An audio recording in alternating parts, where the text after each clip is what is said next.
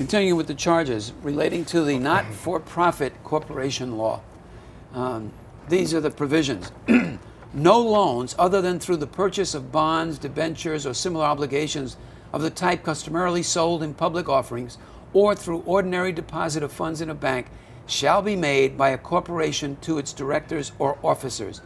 A loan made in violation of this section shall be a violation of the duty to the corporation of the directors or officers participating in it, but the obligation of the borrower with respect to the loan shall not be affected. And I would read the next one so that we can discuss them together because they are related.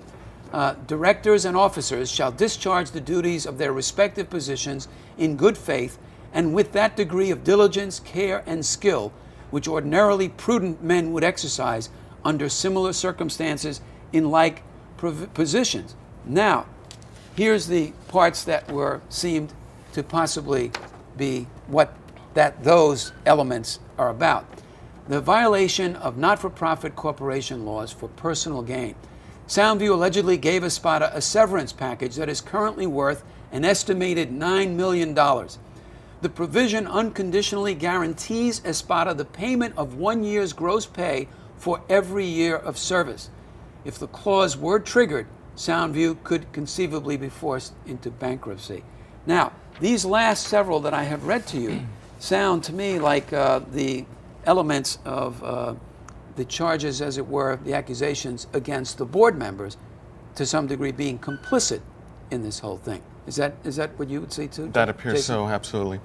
And I think part of the problem is the state hasn't had enough oversight into politicians and their dealings with nonprofits, and I think this is why we're seeing situations like this spiral out of control.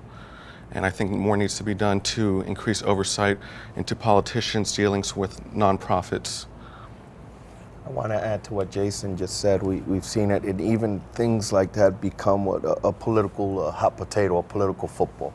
I'll give you the example of public advocate Bill de Blasio. Yes. He wants to start this website where member items are disclosed, and a couple of members of the city council have member agreed. items are those little appropriations that go to an individual member who's free to dispense it however he wants to, right? And, yes. and there's speculation that both public advocate Bill de Blasio and Speaker Quinn want to be mayor. Yes. You know. That's a poorly kept secret. Put it that way. Yes. Speaker Quinn decides, no, I want to be the one that puts it on our site. So even things, what's good for the public again becomes politicized by elected officials. So it's something that it goes on and on.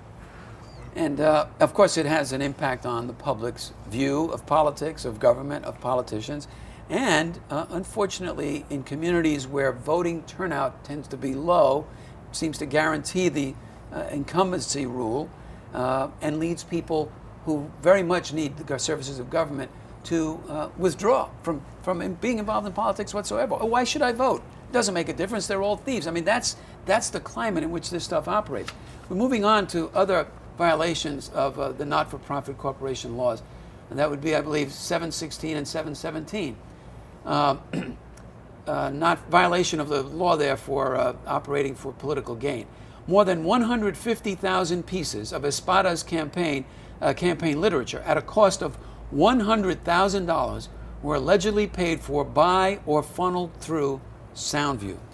Now, that seems to really go to the core of using the health center, again, if these charges are proven, to basically turn it into a political clubhouse and the base for a politician's political career. I think the timing of some of these events are going to tell us a lot about perhaps what the motivation was or what was going on at Soundview. And I think one of the things that Roberto touched on earlier and that you just touched on in a political sense, but also in a very real, practical sense, is that this has cost the people in the Bronx who depend on those services. At the time that severance package was signed, it's estimated at $9 million now, but according to the complaint, it was worth $6 million at the time that it was signed. That was way beyond the budget or any kind of assets that Soundview had. It would have broken Soundview back then when it was signed. Now it's increased to $9 million.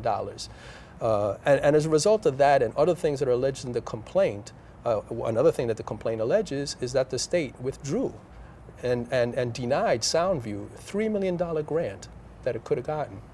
And that's $3 million.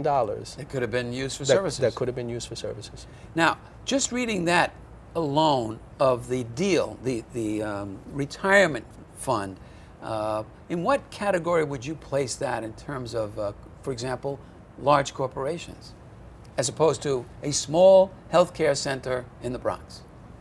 If the charges are proven to be true, it is a sweetheart deal. $14 million. And $9 million. $9 million, Yeah. and the institution goes bankrupt. But that's it. All that's why this is not solely about State Senator Espada. They're looking into the board and the members of the board and the makeup of the board.